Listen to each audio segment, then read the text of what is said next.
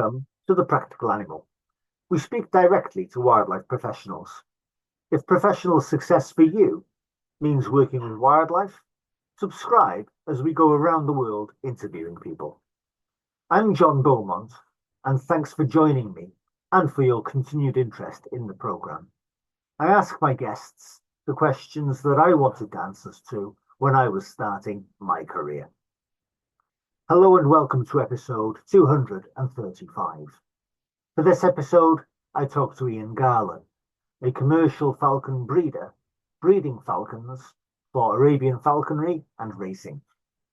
Jobs with birds of prey include being a falconer, a display giver, an avian veterinarian, a commercial falcon breeder, a raptor biologist, an author and publisher, and pest controller to deter pigeons and gulls.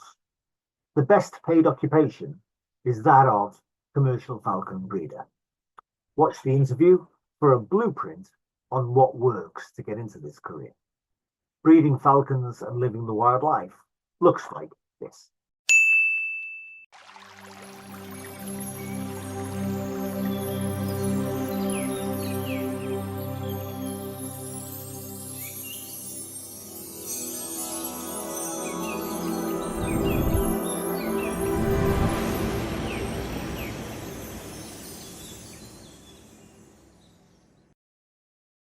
Ian, what do you do?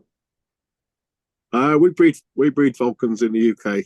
Been doing it for about 40 years. It's a way of life rather than a job.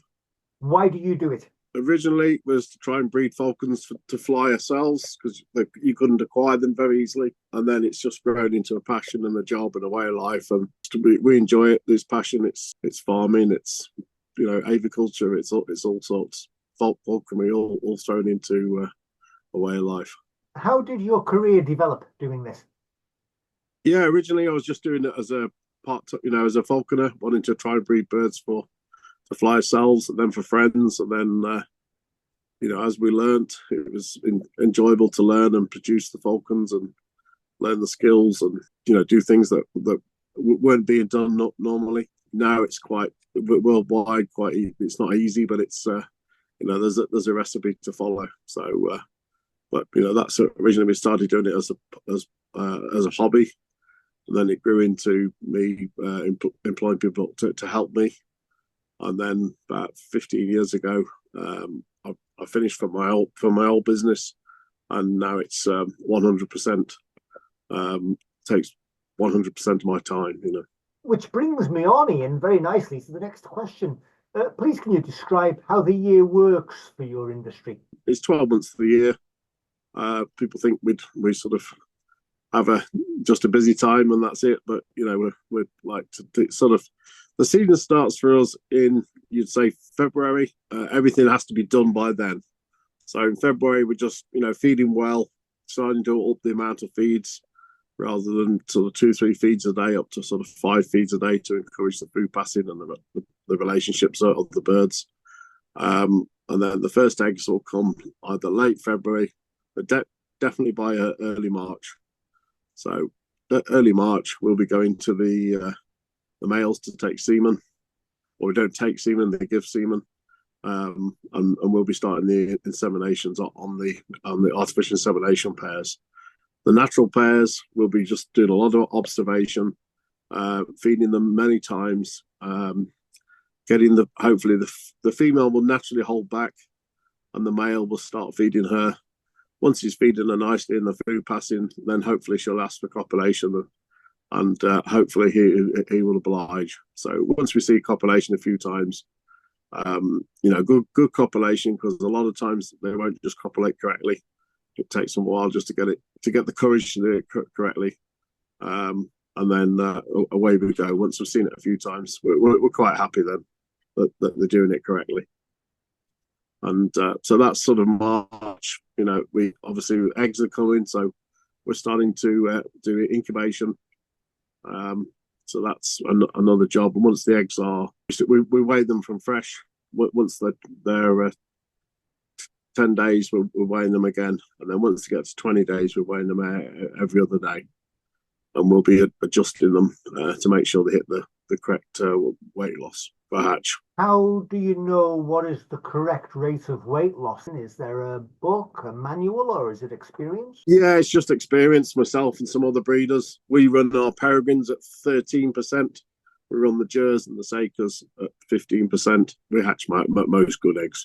What species are you breeding, Ian? We're breeding peregrines, Sakers, Jers, some red napes, some Barberries, but very few of those. And then we're breeding Jer peregrines and a few Jer Sakers of the hybrids, but not so many hybrids. Not so many of the Jer Sakers now. It's mainly pure Jers, Sakers, a few peregrines and Jer peregrines. What jobs are there with birds of prey? Quite a lot of work because you've got food prep, obviously feeding the birds and keeping an eye on them. And then there's working the males, there's working the females, observing the pairs. And then obviously after the breeding season, obviously we've got the cleaning, which takes quite a while. So we clean it everywhere down once a year. And that takes sort of us about 4 or 5 months to do. So once that's done, we're running on like a deep litter system, really, which is pea gravel and reasonable sized pens. When you say working the males and the females, what do you mean? Well, the females, you've got to get them to accept you. You can't force yourselves on them. So when they're ready, they'll be asking you to go into the pen. If you go in before, you'll probably make them too wild and make it hard work to breed with them. So it's just a bit of experience and observing them, and you think, yeah, she's getting bigger. You go in and maybe you think, no, she's not quite ready yet. When she is ready, she'll stand. Some females will stand 2 weeks before they lay. Some females won't stand until they've laid the first egg. Females that are not so good, obviously, won't stand at all. Some of those we force, but it's not really the route we want to go down. So we'd normally give them a bit more time. So we'd give them some eggs to sit, some chicks to rear, and sort of build up the relationship that way. We sort of want everything voluntary, and it's the same with the males. We're working with the males. We get them. We work a relationship with them, so they're confident with us going in the pen. We're food passing, just doing the courtship, the food passing, and then when they're ready, that they'll want to jump onto something, and that's when we offer them the hat. And the hat, well, if they've been imprinted incorrectly and they want to go on a feet, yeah, we'll use a shoe. But mainly we like the hat. It's the simplest. It's the way we work. If they've been imprinted incorrectly, will the biggest mistake is that they will go for the feet rather than the hat? Yeah, a lot of people imprint them on the floor, so then they imprint onto your feet and your legs rather than if you've imprinted them on a table or work surface. Then they're imprinted onto your face. How would you describe commercial falcon breeding today? It's not as lucrative as it used to be. Demand is good and stable, but there is a lot of people getting into breeding and breeding, what I'd say, without researching what their customers want. They tend to be breeding the birds, sending them to Dubai, and then thinking, why haven't they sold? And then when you go to Dubai, they're not the type of birds that the customer wants. So then they tend to be sold for a lesser price or shipped into Saudi, where they'll take the lesser quality birds. The best birds are still fetching, very good prices, but it's hard to get the good stock to produce the best birds. So, Ian, what is hack, and why is wild hack better than tame hack? Yeah, to hack a falcon is to let it fly in the wild. A wild hack would be for a parent-reared bird. So it's out there, it's flying. It doesn't come in at night. It doesn't come to the hand. It's not trained or nothing like that. So it's as close. The bird after the hack is as close as a wild falcon. So it's learning. It might wander a little. Hopefully, it comes back. It's a wild bird. So really, it's the closest you can get to a wild falcon. Whereas tame hack is a totally different thing. Tame hack is what you do with an imprint. So it's sort of trained. It's coming every night. It comes in, you feed it, and then you'll probably hood it and put it on a block for the night. And then the next morning, if the weather's decent, you'll let it go. Off it bombs around the place. Off you go to work. come back at night. It'll fly about, come back to you hopefully, and so it's learning, but it's not as left out as much as the wild hack, which is a wild untrained bird. That's the difference. There isn't one better than the other. They are different, really. Wow. And you can leave a bird at tame hack out a lot longer than wild hack, because wild hack they're a lot more independent. So once they're flying well and maybe hunting and killing, the same as a wild falcon, they'll start to wander and sort of and look about a bit. Whereas the imprinted falcon, it's imprinted on you, so it wants to come back to you. So it generally comes back out every night, and you can you can leave them out a lot longer, but you wouldn't leave them out overnight. So it's a bit more controlled. With wild hack, how do you get the parent reared birds back in? You're feeding them to a specific place, and then you're using either a bayonet or you're closing the door. You feed them into a box or closing the door. What questions regarding commercial falcon breeding would you like to see answered in the next 30 years? I think now that we're breeding them so readily and easily, I think they need to be. We don't need the regulation so much as they have. We can breed many species of birds. There's still a few like the gerfalcon. It's I don't know why it still needs the regulation, whereas many other birds of prey and parrots and things like this don't. But just because the gerfalcon's got some value, they keep it. The societies keep it high. The peregrine falcon, they're abundant. There's a massive amounts of it in this country. People are saying they've got high value, but most breeders will give you a male for free. The current market for females is maybe 1,500.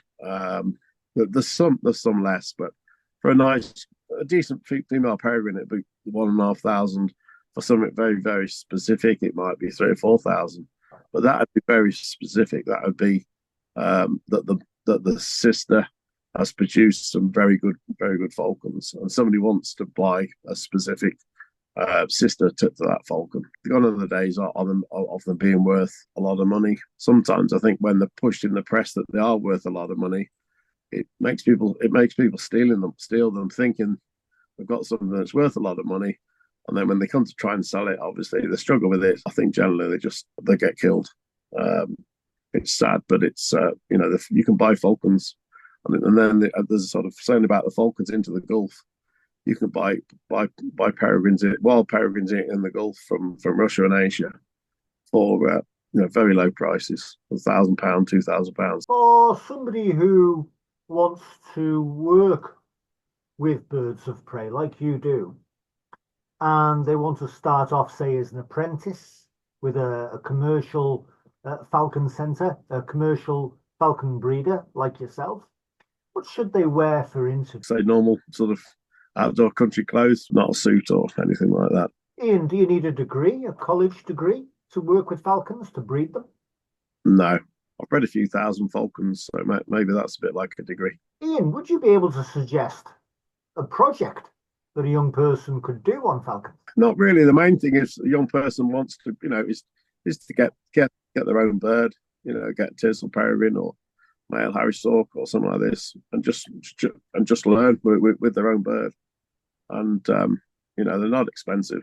The main thing is decent equipment and the time, and to do a good job and listen. But it's better to get somebody to train you, so that you to show you how to do it, rather than learning and the mistakes end up on the life of the falcon or hawk. Is falcon breeding something that is best learned by doing it, or is there a manual that people should read first?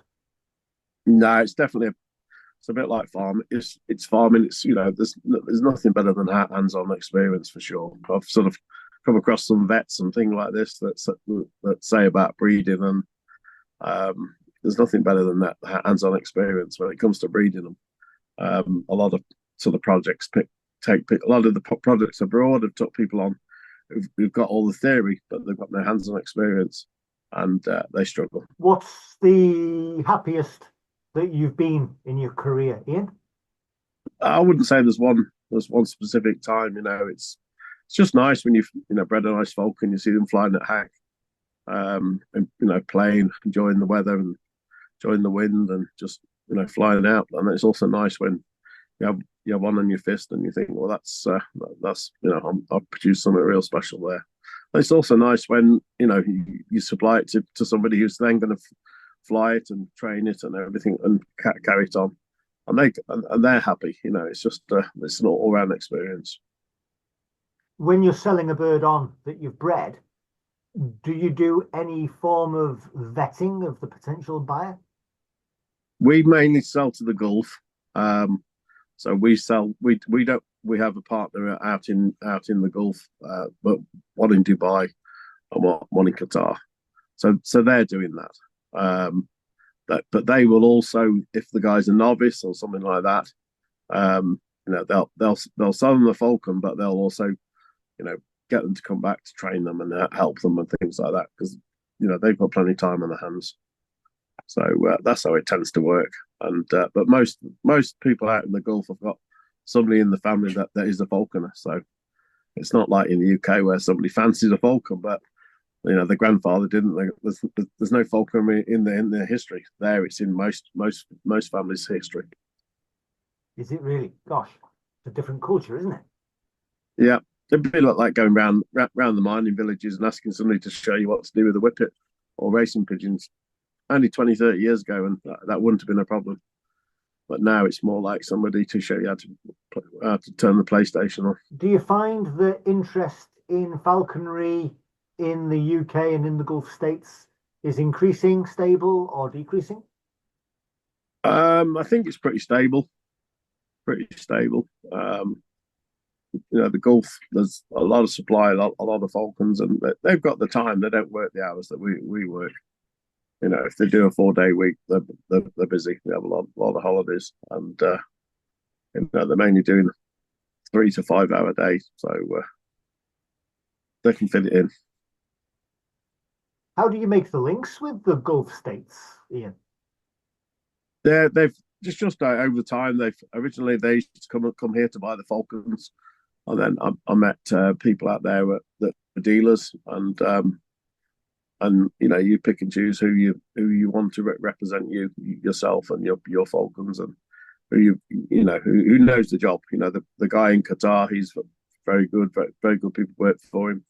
The people in UAE I use, they've been doing it for generations, and they're just natural people with falcons. It's the same. You see people with horses, what I mean. They walk up to them and somebody's been trying to catch it for half an hour and can't catch it, and somebody else just walk up and put a head collar on and bring it back. They have this natural ability with the falcons.